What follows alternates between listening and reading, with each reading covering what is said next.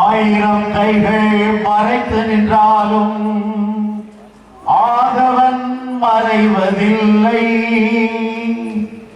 ஆணையிட்டே யார் தடுத்தாலும் அலைகடல் ஓய்வதில்லை.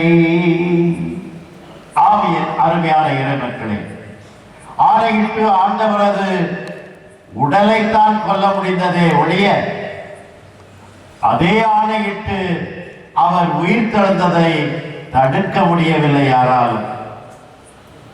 எல்லாம் நிறைவேறிற்று என்று இயேசு தலை சாய்த்தார். ஆனால் சீடர்களோ எல்லாம் முடிந்து விட்டது, இனி என்ன மீதம் இருக்கிறது, நம்பி வந்த நம்மை நட்டாற்றில விட்டுவிட்டு சென்று விட்டாரே, பகலவனாய் ஒளியாய் திகழ வேண்டியவர் இப்பொழுது இருளுக்குள் அடைந்து விட்டாரே, இந்த தேசத்தை ஆள வந்தவர் தோஷத்திற்குள்ளாகிவிட்டாரே, பாசத்தை வெளிப்படுத்த வந்தவர் இந்த நீசரின் கையில் அகப்பட்டு இறந்து போனாரே, என்ன செய்வோம் நாங்கள்? இப்பொழுது யார் முகத்தில் முழிப்போம்? வெட்கமாய் இருக்கிறது. அவர் பின்னால் சென்றோம், ஆனால் இப்பொழுது யாரும் இல்லை. எங்களை ஏளனமாக அல்லவா இந்த சமுதாயம் பார்க்கிறது என்று அஞ்சி நடுங்கி பயந்து சிதறி போனார்கள். கதவை தாழிட்டுக் கொண்டு உள்ளே இருந்து புழுங்கிக் கொண்டிருந்தார்கள் சீடர்கள். எல்லாம் மாயமாகிவிட்டது, எல்லாம் மாயமாகிவிட்டது. எங்கே என் மகன்? எங்கே என் மகன்? பாலூட்டி சீராட்டி தாலாட்டி என் அழகு ரத்தினத்தை காண்பதற்கு 1000 கண்கள் பத்தாதே. அப்படி வளர்த்த என் மகன் எங்கே? எங்கே என் மகன்? என் மகனை விழுங்கிய கல்லறையே எங்கே என்று சொல்வாயா? என் மகன் எங்கே? அண்ட சராசரங்களே, விண்மீன்களே, கொஞ்சம் நில்லுங்கள், பதில் சொல்லிவிட்டு போங்கள். எங்கே என் மகன்? நீங்கள் பார்க்கத்தானே அந்த வானதூதர் கபிரியேல் என் மகன் தாவீதின் அரியணை அலங்கரிப்பான் என்று சொன்னதை நீங்கள் கேட்டீர்கள். ஆனால் என் மகன், என் மகன் எங்கே? என் மகன் எங்கே? மக்களே, நீங்களாவது கொஞ்சம் நில்லுங்கள். நீங்கள் அனுபவித்தீர்கள், என் மகனுடைய அற்புதங்களையும் அதிசயங்களையும் அனுபவித்தீர்கள். என் மகன் கண்ணில்லாதவர்களுக்கு கண்ணை தந்தான், பார்வையை தந்தான். செவித்திறன் இல்லாதவர்களுக்கு கேட்குமுடைய செவித்திறனை தந்தான். முடவர்கள் நடந்தார்கள், குஷ்டரோகிகள் எல்லாம் தூய்மை அடைந்து குணமடைந்தார்கள். ஏன் 5000 பேருக்கு உணவு கொடுத்தாரே என் மகன், அந்த சமவெளியிலே 4000 பேர் உண்டீர்களே, விருந்துண்டீர்களே. மகனோடு சேர்ந்து எல்லா இடங்களுக்கும் சென்று இன்பத்தையும் சந்தோஷத்தையும் அனுபவித்தீர்களே. எங்கே என் மகன்? என் மகன் அற்புதங்களையும் அதிசயங்களையும் கண்ட பொழுது கிளர்ச்சி அடைந்தீர்கள், அவனை பின்தொடர்ந்தீர்கள். பாலை நிலத்திற்கு கூட சென்று 3 நாட்கள் உணவில்லாது கூட என் மகன் பின்னால் அலைந்தீர்களே. இப்பொழுது என் மகன் கைது செய்யப்பட்டால் சிலுவையிலே அறையப்பட போகிறான் என்ற உடனே ஓடோடி சென்று விட்டீர்களே. அடக்கம் செய்யப்பட்டாரா என் மகன்? எங்கே என் மகன்? பெற்ற வயிறு பத்தி எரிகிறதே, என் மகனை காணவில்லையே. எங்கே என் மகன் என்று ஆறாத்துயர் கொண்டு அழுது புலம்புகிறாள் மரியா. ஆனால் ஆணவம் கொண்டவர்கள், அதிகார வர்க்கத்திலே அமர்ந்தவர்கள், அவர்கள் எல்லாம் ஒழிந்து விட்டது, எல்லாம் ஒழிந்து விட்டது.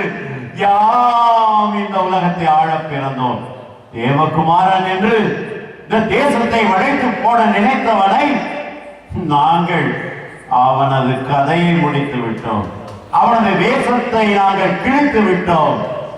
இனி எங்களை எதிர்ப்பதற்கு யாரும் இல்லை. எதிர்த்து கேள்வி கேட்டுதான் இந்த யூத சமுதாயத்திலே யாராவது இருக்கிறார்களா? எங்களது அதிகாரம் நிலைத்திருக்கும், நாங்கள் சொன்ன பேச்சும் வாக்கும் தான் என்றும் நிறைவேறும். இந்த முட்டாள்கள், இந்த மக்கள், இந்த பாமர மக்கள் எங்களை எதிர்ப்பார்களா? உலகமே அவன் பின்னால் சென்று விட்டதே என்று வருத்தப்பட்டோம். இப்பொழுது அந்த உலகம் எங்கள் கைக்குள். நாங்கள் தான் இந்த யூத சமுதாயத்தை ஆள பிறந்தவர்கள் என்று கூக்குரலிட்டு கேலி செய்து சிரித்து மகிழ்ந்தனர் அந்த யூத சமுதாயத்தின் தலைவர்களும் பரிசேயர்களும் சதிசேயர்களும். ஆனால் எல்லாம் தொடர்கிறது என்று தந்தையும் மகனும் விண்ணிலிருந்து இந்த மக்களை பார்த்து கொண்டிருந்தார்கள். எல்லாம் தொடர்கிறது. ஆனால் இந்த மக்கள் என் மகன் இறந்து விட்டான் என்று அங்கலாய்க்கிறார்கள், அழுது புறம்புகிறார்கள். சிலர் சிரிக்கின்றனர், சிலர் வெறுக்கின்றனர், சிலர் சரித்திரமே முடிந்து விட்டது என்று எண்ணிக்கொண்டிருக்கிறார்களே என்று பார்த்து வேதனைப்பட்டார்கள் தந்தையும் மகனும். இந்த உலகத்தை கண்டு கோபப்படவில்லை, பரிதாபப்பட்டார்கள். மகனே, மகளே, இறப்போடு வாழ்க்கை முடிந்து விட்டது என்று எண்ணிக்கொண்டிருக்கிறாயா? அதைத்தானே உண்மை என்று நீ நம்பிக்கொண்டிருக்கிறாய். வீடு வரை உறவு, வீதி வரை மனைவி, காடு வரை பிள்ளை, கடைசி வரை யாரோ என்று அந்த இறப்பிற்கு நீ முடிவு கட்டிவிட்டாய். வாழ்வே மாயம், இந்த வாழ்வே மாயம், வாழ்வே மாயம், இந்த வாழ்வே மாயம். தரை மீது காணும் யாவும் தண்ணீரில் போடும் கோலம் நிலைக்காதம்மா. யாரோடு யார் வந்தது நாம் போகும் போது, யாரோடு யார் செல்வது என்று மரணத்தோடு வாழ்க்கை முடிந்து விட்டது என்று எண்ணிக்கொண்டிருக்கிறாயே. ஆண்டாண்டு தோறும் அழுது புரண்டாலும் மாண்டார் வருவாரோ, மாநிலத்தில் வேண்டாதே நமக்கும் அது வழி என்று அந்த அம்மை சொன்னாள் என்று வாழ்வை முடித்துக் கொள்ளக்கூடிய பாமர மக்களே, இறப்பும் பிறப்பும் என்னவென்று தெரியாது புலம்புகிறீர்களே. பிறப்பும் இறப்பும் வெவ்வேறு என்று நினைத்துக் கொண்டிருப்பவர்களே, பிறப்பும் இறப்பும் நதியின் இரண்டு கரைகள் என்றால் அது உன் பார்வைக்கு வெவ்வேறாக தெரிகிறது. ஆனால் அந்த இரண்டு கரைகளும் ஓடுகின்ற அந்த நதியின் கீழே இணைந்துதானே இருக்கிறது. எனவே இதோ இந்த பிறப்பும் இறப்பும் என்னிலே இணைந்திருக்கிறது. உனக்கு வேணும் என்றால் இறப்பு என்பது ஒரு முடிவாக இருக்கலாம், எனக்கு இறப்பு என்பது ஒரு ஆரம்பம். உனக்கு இறப்பு என்பது ஒரு இரும்பு திரையாக இருக்கலாம், ஆனால் எனக்கு இறப்பு என்பது வெறும் பனித்திரைதான். அந்த பனித்திரை விலகுகின்ற பொழுது நீ என்னை முகமுகமாக தரிசிப்பாய், என்னை நீ உள்ளவாறே பார்ப்பாய். ஆம், அண்டத்தில் உள்ளது பிண்டத்தில் உள்ளது என்றுதானே உன்னை படைத்தேன். நீர், நிலம், நெருப்பு, காற்று, ஆகாயம் என்ற 5 பஞ்சபூதங்களால் தானே நான் உன்னை படைத்தேன். இந்த படைப்பெல்லாம் படைத்தவனோடு இணைய வேண்டும் என்பதுதானே நியதி என்றால் இந்த பஞ்சபூதங்கள் எல்லாம் என்னோடு தான் இணைய வேண்டும். அது முடிவல்ல என் மகனே, அது ஆரம்பம். ஆத்மா உன்னிலே நான் ஊதினேனே என் ஆவி, அந்த ஆவி என்னோடு தான் இணைய வேண்டும். இந்த ஆத்மா பரமாத்மாவோடு இணைவதுதான் உயிர்ப்பு என்பதனை மறந்து விடாதே. ஆம், உறங்குவது போலும் சாக்காடு, உறங்கி விழிப்பது போலும் பிறப்பு என்று சொல்லி வைத்தான். உறங்குவது போல்தான் இறப்பு, உறங்கி விழிப்பது போல்தான் உயிர்ப்பு.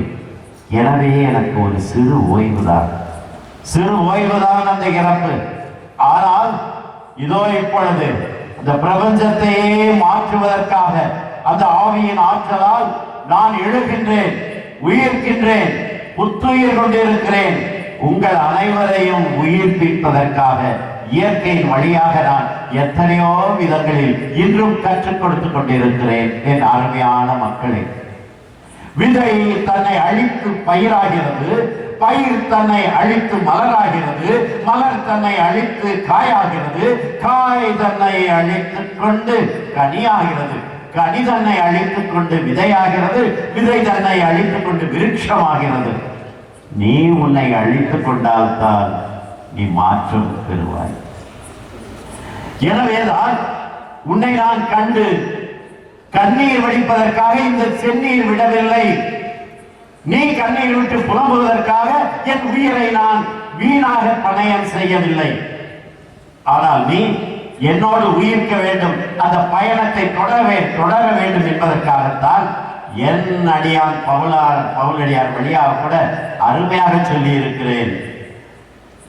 திரண்டு வரும் மேகங்கள் போல இத்தனை சாட்சிகள் நம்மை சூழ்ந்து நிற்க, எந்த சுமையையும் எந்த நம்மை பற்றி கொண்டிருக்கும் எந்த பாவத்தையும் உதறி தள்ளிவிட்டு நமக்கு குறிப்பிட்டுள்ள பந்தயத்தில் மன உறுதியோடு ஓடுவோமாக என்று சொன்னேன்.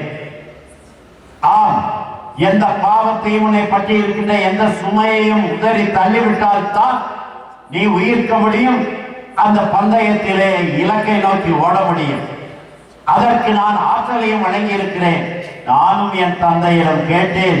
என் தந்தை அந்த ஆவியானவரை வழங்கி இருக்கிறார் என்பதை மறந்து விடாதே. இதோ அந்த ஆவியானவர் உண்மையில் ஊற்றப்பட்டதை அருமையாக சொல்லி இருக்கிறேன். நாம் இவ்வுலகில் குடியிருக்கும் உடலாகிய கூடாரம் அழிந்து போனாலும் கடவுளிடமிருந்து கிடைக்கும் வீடு ஒன்று விண்ணுலகில் நமக்கு உண்டு. அது மனித கையால் கட்டப்படாதது, நிலையானது என்பது நமக்கு தெரியும் அல்லவா? இந்த கூடாரம் குடியிருக்கும் நாம் விண்ணுலகு சார்ந்த நம் வீட்டை பெற்றுக்கொள்ள ஏங்கி பெருமூச்சு விடுகிறோம். அதை பெற்றுக்கொண்டால் நாம் உறைவிடமற்றவர்களாய் இருக்க மாட்டோம். என் நிலையடைவதற்கென்றே கடவுள் நம்மை தயாரித்து மீட்பை உறுதிப்படுத்தும் அடையாளமாக அவருடைய தூய ஆவியை நமக்கு வழங்குகிறார் என்று எழுதப்பட்டு இருக்கிறது. வீணான வார்த்தை அல்ல. தூய ஆவியாரை உனக்குள்ளே வழங்கி கொண்டிருக்கிறார். எனவேதான் நீ மாற்றுரு பெற வேண்டும். பால் தன்னை இழந்து தயிராகிறது, தயிர் தன்னை இழந்து வெண்ணெயாகிறது, வெண்ணெய் தன்னை இழந்து நெய்யாகிறது. நீ மாற்றுரு பெறவே பிறந்திருக்கிறாய் என்பதை மறந்து விடாதே. இறப்பு உனக்கு முடிவல்ல, அங்கே நீ மாற்றுரு பெறுகிறாய். கிறிஸ்தவனாய் நம்பிக்கையிலே ஆண்டவரோடு இறந்தால் தான் நீ உயிர் பெற்ற முடியும். அதை அருமையாக இந்த பவுலடியார் மிகவும் அருமையாக சொல்லி இருக்கிறார். கொரிந்தியருக்கு எழுதிய திருமுகம் முதல் திருமுகத்திலே 15வது அதிகாரத்திலே இறந்தோர் உயிர் தெழும் போதும் இவ்வாறே இருக்கும். அழிவுக்குற்றதாய் விதைக்கப்படுவது அழிவற்றதாய் உயிர் பெற்று எழும். மதிப்பற்றதாய் விதைக்கப்படுவது மாண்புக்குரியதாய் உயிர் பெற்று எழுகிறது.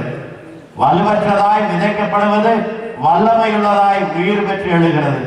மனித இயல்பு கொண்ட உடலாய் விதைக்கப்படுவது ஆவிக்குரிய உடலாய் உயிர் பெற்று எழுகிறது என்பதை மறந்து விடாதே. எனவே மாண்புக்குரிய வாழ்வை நீ பெறுவதற்காகத்தான் நான் உன்னை உயிர்க்க செய்தேன். அந்த உயிர்ப்பின் மேன்மையை நீ அடைய வேண்டும் என்றால் நீ செய்ய வேண்டியது ஒன்று இருக்கிறது. அது உன் கல்லறை, உன் மனக்கல்லறை. அந்த கல்லறையின் கல் அகற்றப்பட வேண்டும்.